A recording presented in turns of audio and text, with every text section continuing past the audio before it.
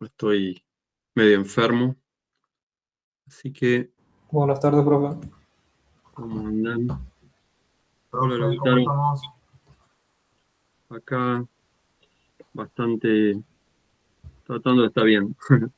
No le, no le pongamos más nada. Bueno, ¿cree que vayamos largando ya? Sí, pues son 4 y Ya estamos treinta en y horario, dos. ya estamos pasados, así que Sí, larga sí, nomás. sí. Perdón, ahí voy.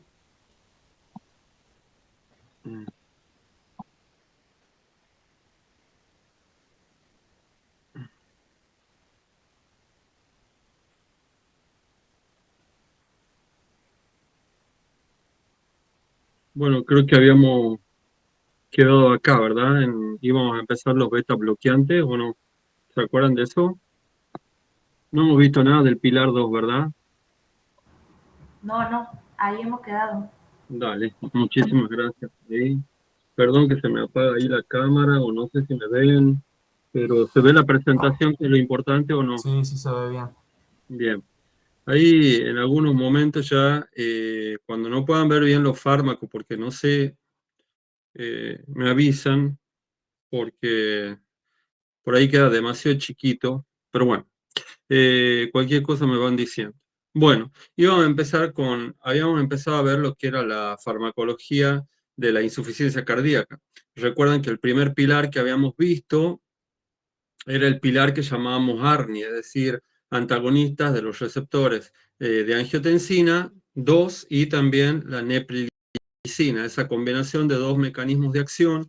Recuerden la función que tenían, ya lo habíamos visto también a los ARA2, como el valsartán en hipertensión arterial, y acá habíamos agregado sí la neprilicina, que es esta endopeptidasa que se encuentra anclada en la membrana celular del lado extracelular, que va a hidrolizar, recuerden ustedes, los péptidos natriuréticos tanto A, B y C, ¿sí? Entonces,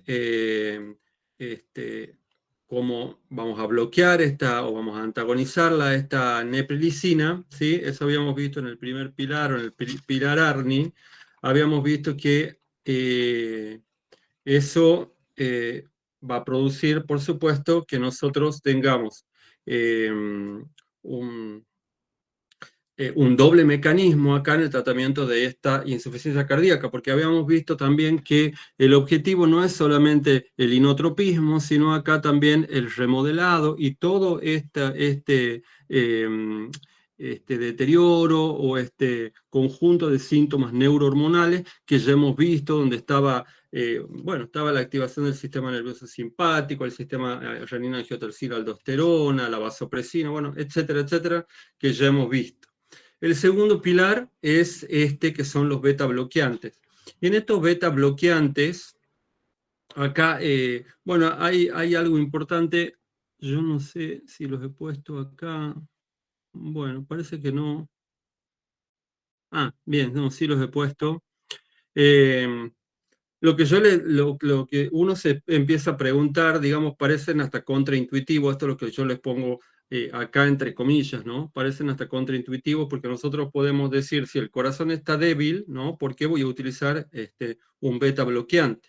Y esto es porque recuerden ustedes que en la insuficiencia cardíaca el daño no está solamente en lo que decíamos, en el inotropismo, es decir, en la fuerza de contracción, sino también el daño por una hiperestimulación simpática que se va a dar a nivel crónico. Entonces, podemos utilizar en ciertos casos también estos beta bloqueantes como un segundo pilar en el tratamiento de esta insuficiencia cardíaca. Recordemos el mecanismo de acción, van a bloquear a los receptores beta 1, ¿sí? Sobre todo, y algunos también, acordémonos, de tercera generación se encontraban asociados al antagonismo de los receptores alfa 1, ¿sí? O a la estimulación de la óxido nítrico sintasa para la producción de óxido nítrico a nivel endotelial. Entonces, recordemos acá también que si nosotros bloqueamos estos beta 1, vamos a producir una disminución. ¿Cómo actuarían, digamos, cuál sería el modo de acción? El mecanismo sería por bloqueo de estos receptores beta 1 y el modo ya hemos visto, disminución de la fuerza de contracción, del consumo de oxígeno, también va a disminuir acá las arritmias, ¿sí? el remodelado, también estamos bloqueando los receptores beta 1, así que también vamos a ver que disminuye la secreción de renina. Ale, Sí, perdona que te interrumpa. sí. Chicos, ¿sabes si hay alguien que se quedó, perdón, sin lugar para que cree otro link? Por favor, me averiguan eso. ¿Estamos? Porque no veo nada. Sí, sí, estamos con 100 personas, por eso te digo, quiero saber si hay alguien Bueno, que quedó fuera, así creo otro link y lo mando. dale. Bueno, entonces, Seguí nomás, ya me avisan, chicos. dale. Entonces, con el tiempo, acá vamos a ver que me he perdido ahí. Bueno, veíamos cómo era el modo de acción. Entonces, con el tiempo nosotros vamos a ver que mejora, ¿no es cierto?, la geometría del ventrículo, o sea, a nivel del ventrículo vamos a mejorar la geometría, la arquitectura, la fuerza de eyección. También vamos a mejorar el llenado y, por supuesto, la supervivencia, que es a lo que nosotros siempre vamos a estar apuntando acá. Y, por supuesto, vamos a decir que son anti-remodelados. Bueno, todo eso que les estoy hablando, perdón, miren, tenía la diapositiva acá la tienen, ¿sí? Digamos, acá tendrían el mecanismo y acá tendrían, por supuesto, el modo de acción. Bien, nosotros tenemos 4 acá con evidencia fuerte, que van a ser el bisoprolol, ¿sí? El bisoprolol, el carvedilol, el metoprolol y el nebivolol. Recuerden que ya habíamos visto nosotros carvedilol y nebivolol y bisoprolol y metoprolol habíamos visto, digamos, en cómo era la clasificación según las generaciones. ¿Alguien se acuerda? ¿Me puede decir eso? ¿Dónde estaba el bisoprolol y el metoprolol? ¿Estaban en qué generación? En la segunda, ¿se acuerdan? Segunda generación, ¿sí? Por lo tanto, en ese caso decíamos que eran cardioselectivos, ¿recuerdan? ¿Sí?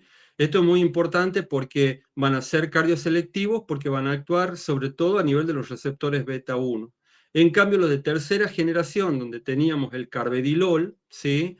Ahí acá está el carvedilol y el nebivolol, recuerden que van también, además de actuar sobre estos receptores beta, van a antagonizar los receptores alfa 1, como el carvedilol, ¿sí? Y por lo tanto van a promover una vasodilatación, y el nebivolol, que aumentaba, ¿se acuerdan?, la liberación de óxido nítrico. También promovía, ¿sí?, como ese factor relajante del endotelio, el óxido nítrico promueve también una vasodilatación. Eso eran de tercera. Entonces podemos ver acá que estos que ustedes tienen acá, que yo les puse, son los 4 que tienen evidencia fuerte. ¿Mm? Porque no cualquier beta Disculpe, bloqueante. doctor. Sí, Hay varios chicos que están poniendo ahí en el grupo que se han quedado sin lugar. Si pueden armar otro link, por favor. Dale, muchas gracias por avisar. Ya gracias. mando el link por los mensajes y le pasan, sí, por favor. Dale, ahora le mando yo. Gracias. Gracias, muchas gracias.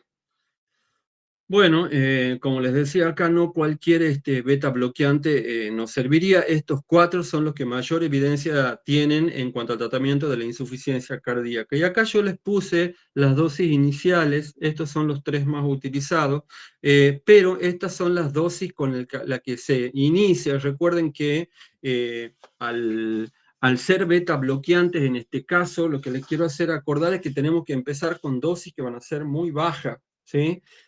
¿Por qué? Porque al principio nosotros una de las RAM que podemos tener acá con estos beta bloqueantes es que podemos observar un empeoramiento inicial, ¿sí? O sea, vamos a observar una disminución en el inotropismo. Por eso se empieza con dosis muy bajitas y se va subiendo lentamente. Eso ya lo conversarán ustedes a las 2 y todo lo demás con sus docentes de clínica, pero lo importante que ustedes sepan acá es que las dosis iniciales son bajas justamente por esta RAM, ¿sí? Porque se puede observar un empeoramiento inicial, y cada 2 semanas aproximadamente podemos ir aumentando esta dosis inicial, ¿sí? Bueno, ¿qué RAM vamos a ver acá? La RAM que tenemos, vamos a tener, pensemos en el mecanismo de acción, podemos llegar a tener bradicardia por bloqueo, sobre todo a nivel de las células del marcapaso. hipotensión también por esta, más sobre todo con el carvedilol, perdón, que además de bloquear los receptores beta va a producir un antagonismo de los receptores alfa-1, vasodilatación, eso promueve una hipotensión, y acá está lo que les hablaba yo de ese empeoramiento inicial, y por eso empezar con dosis baja. Bueno, si se utilizan otros tipos que no son cardioselectivos, podríamos tener, por supuesto, al bloquear los receptores también beta 2, ¿sí? Podemos tener broncoespasmo. Bien, ese sería el segundo pilar. El tercer pilar, ya hemos visto nosotros cuando veíamos, cuando nosotros veíamos los mineralocorticoides, que era la espironolactona y la eplerenona, recuerden ustedes. Empezamos acá con dosis de espironolactona de 25 miligramos y de eplerenona, esto es por día, ¿no? Un día. Y en la eplerenona también 50 miligramos, y eso sería día. ¿Ok? Bueno, pero esto es un tercer pilar, porque acá me quiero detener, porque nosotros vimos la importancia que tenía, por ejemplo, esta espironolactona cuando veíamos la farmacología de la hipertensión arterial. La aldosterona en la insuficiencia cardíaca, recuerden ustedes, no solo retiene agua, sino en qué se va a traducir a la larga esto, ¿sí? Porque esto es clave para entender la farmacología y poder entender lo que son nuestras dianas farmacológicas. A la larga va a producir fibrosis, inflamación, rigidez vascular, ¿sí? Y también que el ventrículo, ¿sí?, sufra un remodelado. Y entonces pensemos cómo, desde el punto de vista fisiológico, ¿sí?, la aldosterona, cuando se secreta, recuerden que va a ingresar a un cardiomiocito, o un cardiocito, ¿sí?, se va a unir a ese receptor dentro del cardiocito, o en el cardiocito, perdón, y va a formar ese complejo receptor mineralocorticoide. Y ese se va a traslocar al núcleo, ¿sí? Se trasloca al núcleo, y lo que hace en realidad es estimular la expresión de genes, ¿sí? Y entonces la célula empieza con todo este proceso inflamatorio, producción de colágeno, hipertrofia. Acá también son muy importantes y tenemos que tener en cuenta el aumento en la producción, por ejemplo, de radicales libres, y todo eso va llevando a la modificación de la arquitectura y una proliferación celular. Entonces, pensemos por qué se produce esta inflamación. También cuando aumenta la formación de esos radicales, que son de tipo ROS, acuérdense que a nivel mitocondrial tenemos oxidasas, como la NADPH, que aumentan o favorecen, van a activar estos factores de transcripción, bueno, que son varios, ¿no? Pero uno, por ejemplo, de los más importantes es el kappa beta, el factor de necrosis kappa beta. Y eso después termina produciendo la liberación de citoquinas, entre las que tenemos, por ejemplo, la interleuquina 6, ¿sí? O el factor de crecimiento tumoral beta también. Y todo esto, ¿sí?, todas estas citoquinas, recuerden, van a activar la segunda barrera de defensa, o sea, van a atraer a los macrófagos, ¿sí? Van a atraer a los macrófagos al corazón y también a la pared vascular. Y esto es lo que termina produciendo esa inflamación crónica. Y recordemos que ante esto se van a activar, por supuesto, los fibroblastos, que sintetizan más colágeno, mayor matriz extracelular, mayor cantidad de tejido conectivo. Entonces la aldosterona, estamos viendo acá cómo estimula todos estos mediadores, podemos decir así, que van a ser profibróticos, ¿sí? Y todo eso, recuerden que colabora en la transformación de esos fibroblastos en miofibroblastos. Esos fibroblastos, promueven, ¿sí?, o activan la síntesis de colágeno, mayor cantidad de matriz extracelular, y eso hace que el miocardio se vuelva más rígido, menos distensible, ¿sí?, y menos también eficiente desde el punto de vista eléctrico.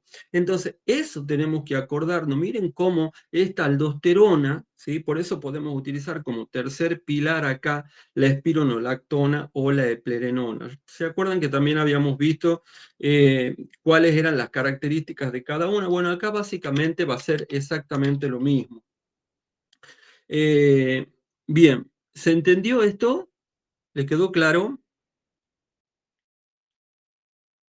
¿Se entiende, chicos?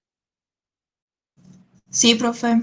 Bien, o sea que cuando nosotros hablamos de la espironolactona o de la eplerenona, acordémonos que básicamente vamos a ver que van a bloquear estos receptores mineralocorticoides tanto en túbulo colector como en miocardio como en vaso, eso es lo que les pongo acá. Y el modo de acción sería todo esto, ¿sí?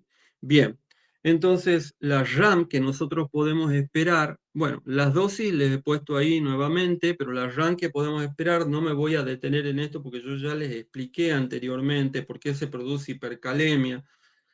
Solamente para hacerles acordar, recuerden a nivel del túbulo colector, esos canales ROMK o los canales ENaC que son dependientes de aldosterona, ¿sí? También les hago acordar eso, después vayan a revisarlo en la clase. Puede producirse también, como se bloquean los receptores androgénicos, ginecomastia, bueno, impotencia, ¿sí? O irregularidades menstruales. Y si esto aparece, la que tiene menor RAM, ¿sí? Es la eplerenona. Entonces también podríamos pensar en cambiar hacia eplerenona. Bien. Bueno, no, creo que ya está. En síntesis, deberíamos pensar en esta espironolactona o en esta aldosterona, ¿sí? También a nivel de los vasos. Todo esto que hemos visto se va a producir a nivel de los vasos, es decir, hipertrofia de la túnica media, todo eso hablamos creo un poco también cuando hablamos de esta en hipertensión arterial, pero también se deposita colágeno, o sea, la fibrosis también se va a producir a nivel de la vasculatura, y entonces eso va a terminar produciendo lo que sería una disfunción endotelial. Entonces recuerden que si esa arteria pierde elasticidad, el ventrículo eyecta sangre, ¿sí? Y la arteria, como está fibrosada, se expande poco y entonces aumentamos la presión arterial sistólica y también aumentamos la poscarga, ¿sí? Entonces, recordemos básicamente, y para cerrar con esto, que la aldosterona además favorece por 4 vías el remodelado ventricular, que son las que ya les acabo de explicar: la retención de agua y sodio, la hipertrofia de los cardiomiocitos, la fibrosis y también la inflamación crónica. Todo eso de lo que estamos hablando, ¿sí? Hace que el ventrículo se hipertrofie, se dilate, cambie la geometría o la arquitectura, ¿sí? Y pierda, por supuesto, la eficiencia. Bien. Y acá, esto, bueno, se ve, no sé si se ven ahí los fármacos. El tercer pilar, ¿sí? El tercer pilar son los bloqueadores del transportador de sodio glucosa 2 o tipo 2, que se encuentra a nivel del túbulo proximal. Y esos son 2 fármacos que ustedes tienen acá, ahí estoy abriendo un poquito más para que lo puedan ver, que van a ser la dapaglifosina y la empaglifosina, ¿sí? Bueno, no sé si les habré puesto acá las dosis, pero a ver, sí les he puesto. Bueno. Entonces, ¿qué importancia tienen estos al bloquear entonces este transportador que nosotros lo conocemos como SGLT2, ¿sí? A nivel del túbulo proximal? Por supuesto, se va a eliminar mayor cantidad de glucosa, de sodio, por supuesto, y también de agua, es decir, va a favorecer o aumentar la diuresis. Y entonces podemos preguntarnos por qué ayudan acá en la insuficiencia cardíaca, porque van a mejorar muy rápido, ¿sí? La evolución. Incluso hay muchos estudios que hablan de cómo pueden mejorar rápidamente la evolución, incluso en semanas. Entonces, ¿pero por qué ayudan? Porque va a producir una... Recuerden cuando habíamos visto los pilares, y uno de los pilares habíamos visto de la insuficiencia cardíaca, que era la congestión. Entonces, se produce una descongestión suave por la eliminación esta que les acabo de explicar de sodio y agua. También se produce protección a nivel renal porque también se va a disminuir la hiperfiltración, van a mejorar también el metabolismo, ¿sí? ¿Por qué? Sobre todo porque a nivel del miocardio, ¿sí? Se pueden utilizar mejor los cuerpos cetónicos y eso todo va a terminar disminuyendo la inflamación o la fibrosis.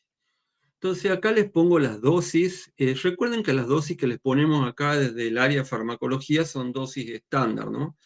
En dapaglifosina y en empaglifosina, ambas tenemos 10 miligramos por día. Bueno, yo ya les expliqué todo esto, ahí lo tienen, les dejo ahí por si le quieren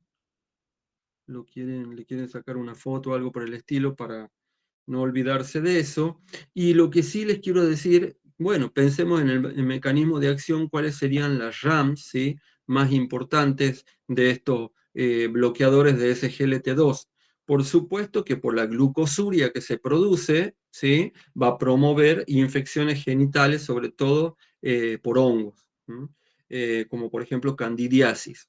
Después podemos tener como hay un exceso en la diuresis, podemos ver que se puede llegar a producir por la depresión también una hipotensión. Y bueno, en pacientes diabéticos, esto que le pongo acá, eso, ojo, porque es raro, eso es raro, pero les puse porque muchas veces no se contemplan comorbilidades, pero se puede producir cetoacidosis en pacientes diabéticos, y esa cetoacidosis es euglucémica. ¿Ok? Bien. Bueno, no les había puesto acá, pero me estoy acordando, siempre se habló, cuando se hablaba de insuficiencia cardíaca, anteriormente se hablaba de los digitálicos, ¿no? Después ustedes vayan a ver u otros inotrópicos, les dejo ahí. Pero quiero detenerme sobre todo en lo que era más utilizado anteriormente, pero cómo hasta hoy cambió el paradigma, ¿no? ¿Por qué cambió el paradigma? Porque hoy el tratamiento farmacológico de esta insuficiencia cardíaca se va a basar en estos 4 pilares que yo les estaba diciendo, ¿sí? Que eran ARNI, los beta bloqueantes, ¿sí? La espironolactona y, por supuesto, lo que acabamos de ver, los bloqueadores de SGLT2. Pero antes eran muy utilizados los fármacos denominados inotrópicos, donde teníamos un grupo de fármacos muy importante que eran los digitálicos. No es que no se usen hoy, pero cambió el paradigma y están indicados, eso ya lo conversarán ustedes con sus docentes de clínica, pero van a estar indicados en ciertas circunstancias. ¿Por qué? Porque fíjense que acá yo les pongo, ahí, ahí tienen digoxina, ¿sí? Ese es de lo que yo me voy a quedar a hablar solamente hoy, va a inhibir cuál va a ser el mecanismo de acción de la digoxina, y también aprovecho para decir las dosis. La dosis estándar que se utiliza es de 0,125 miligramos, ¿sí? Por día, ¿no? Por día. Y en algunas ocasiones se puede llegar hasta 0,25 miligramos por día. Pero la más utilizada es esta de 0,125 miligramos por día. Entonces, ¿qué mecanismo de acción? Quería que conversemos de esto, porque el mecanismo de acción, que era lo que se usó anteriormente, se utilizaba mucho, inhiben la bomba de sodio-potasio ATPasa, ¿sí? A nivel del cardiomiocito. Si nosotros inhibimos eso, podemos aumentar el sodio intracelular y también disminuyen la actividad de este contratransportador de sodio-calcio o intercambiador de sodio-calcio. Entonces también aumenta el calcio intracelular, y al haber mayor cantidad de calcio, por supuesto, vamos a tener más contracción y vamos a favorecer el inotropismo. Otra cosa que les quería decir acá también es que puede aumentar, por ejemplo, el tono vagal. Entonces, si aumenta el tono vagal, recuerden que va a disminuir la frecuencia cardíaca y la conducción auriculoventricular. Y entonces, ¿qué modo de acción vamos a tener? Vamos a aumentar la fuerza de contracción y vamos a disminuir 2 parámetros muy importantes acá, que van a ser la frecuencia cardíaca y la conducción auriculoventricular. Pero, ¿por qué cambió esto y ya no son de primera línea? ¿Sí? Esta digoxina no es, porque no mejora la supervivencia, ¿sí? No mejora. O sea, antes sí era central, pero hoy ¿sí? Es de segunda o de tercera línea. ¿Cuándo la podemos llegar a usar? Después lo conversan ustedes con sus docentes de clínica, pero desde el punto de vista farmacológico les podría decir que cuando los síntomas son persistentes, aun cuando estamos tratando con estos 4 pilares que nosotros vimos, ¿sí? Es decir, una insuficiencia cardíaca con fracción de eyección disminuida, ¿sí? Que estamos tratando ese paciente con los 4 pilares que nosotros hemos visto y el paciente, por ejemplo, va a seguir con disnea o sigue con fatiga. Ahí podemos agregar digoxina. Y, por ejemplo, también en insuficiencia cardíaca donde tenemos fibrilación auricular. ¿Por qué? Porque controlamos ahí también la frecuencia, podemos llegar a controlar ahí también la frecuencia ventricular. Pero, ¿por qué estamos limitados acá? Vamos a estar limitados, recuerden el concepto de índice terapéutico, esta digoxina va a tener un índice terapéutico estrecho. Entonces, eso nos tiene que llevar a pensar a nosotros que unas pequeñas variaciones que sean en la dosis pueden llegar a ser tóxicas. También podemos producir con esta digoxina, ¿sí? Extrasístoles, perdón, taquiarritmias, inclusive bloqueo. Y otra de las cosas que tendrían que tener en cuenta es que como se elimina por riñón, también en paciente que tenga enfermedad renal crónica, ¿sí? Se puede llegar a acumular. Bueno, y las RAMs más importantes que ustedes tienen acá son con esta digoxina. Después ustedes pueden ir a la bibliografía, que esto está bien claro, en Flores, en Goodman y Shillman, en todo, para ver la hidralacina, por ejemplo, la dobutamina, y la misma digoxina u otros digitálicos. Pero lo más importante es en el tratamiento actual, según los consensos internacionales, son los 4 pilares estos que nosotros hemos estado hablando. Entonces, tener en cuenta eso es muy importante porque anteriormente, como les decía, eran de primera línea, pero hoy no van a ser de primera línea. ¿Ok? ¿Quedó claro eso? ¿Sí? Sí, profe. Entonces acá yo les pongo, ahí les dejé un cuadrito en la farmacoterapia, por ejemplo, si le quieren sacar foto al resumen de la farmacoterapia en la hipertensión, ¿sí? Y después también, si ustedes ven acá, les puse uno para la farmacoterapia de la insuficiencia cardíaca. Bueno, acá, bueno, ahí les pongo los diuréticos y resulta que no hablamos de los diuréticos para la insuficiencia cardíaca, pero recordemos, el grupo de diuréticos que se utilizan, se podrían llegar a utilizar acá, son los de alto techo, o diuréticos de techo que se llaman también, donde tenemos la furosemida y las dosis, recordemos, son más o menos entre 20 y 40 miligramos.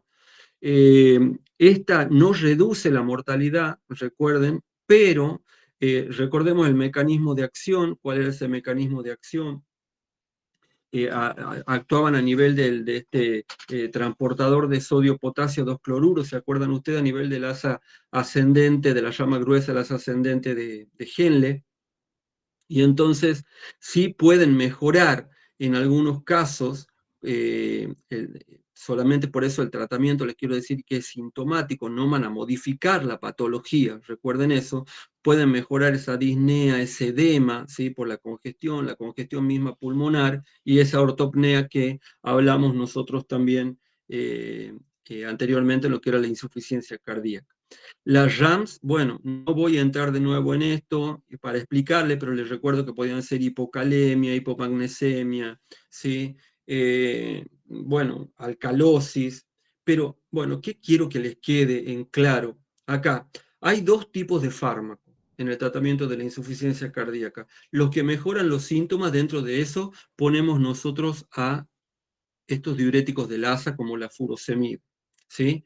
pero los que van a prolongar la vida y van a actuar sobre todo los factores neurohormonales, estos que nosotros hemos visto acá en lo que es la insuficiencia cardíaca, van a ser los 4 pilares que ya nosotros hemos hablado, que era ARNI, que eran los beta bloqueantes, la misma espironolactona, ¿sí? Y SGLT2. Entonces, en insuficiencia cardíaca, eso ya lo conversan ustedes con sus docentes de clínica, pero desde el punto de vista de la terapéutica razonada, ¿sí? De la terapéutica razonada ustedes tendrán que pensar, ¿está congestionado? Bueno, si está congestionado, entonces sería muy importante para el tratamiento sintomático, ¿sí? Los diuréticos de alto techo como la furosemida.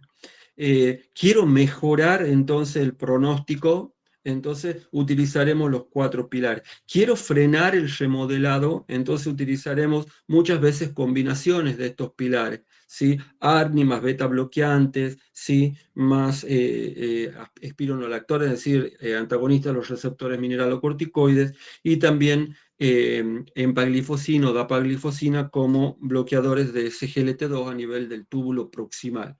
Entonces, la insuficiencia cardíaca, recuerden, no produce, no es solamente el problema el corazón que late débil, sino que activa todas esas respuestas que inicialmente son compensatorias, ¿sí? Y que sirven, pero después terminan intoxicando el corazón con las catecolaminas, la aldosterona, la angiotensina y esa sobrecarga del ventrículo.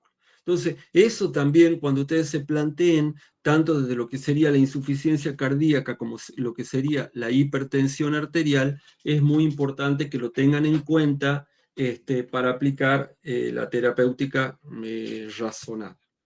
Bueno, pensaba que me iba a demorar un poco más, pero no. Gracias a Dios, porque no estoy en mi Te mejor interrumpo, momento. te quito 2 segundos, ¿le puede ser? Sí, sí. Chicos, por favor, a los que no hayan hecho la encuesta, se la dejo acá, sí. Recuerden que es una actividad de la cátedra, la encuesta. Eso, toda esa información la va a ver la doctora Unías para que lo tengan en cuenta, ¿sí? Y si pueden replicarla en sus familiares, sería buenísimo. Así que se lo dejo al link, se lo pasan los que no hayan hecho. Así que, por favor. Bien, no sé si alguien tiene alguna pregunta. Bueno, espero que les haya servido, los dejo libres ahí. Y bueno, traté de darle lo más completo que puedan, pero por favor siempre vayan ustedes a la bibliografía para que puedan entender el único consejo que les doy es esto de que puedan llegar a entender, ¿sí? Lo que es la fisiopatogénesis de tanto de la hipertensión arterial como el de la insuficiencia cardíaca, ¿sí? Sí, ahí, espérenme un poquito ahí. A ver, ¿qué me dice? ¿Qué me decían ahí, Lautaro? Dicen que tienen una pregunta respecto al trabajo. Quería preguntarles sobre el punto 5 del trabajo práctico que hay que realizar de fármaco.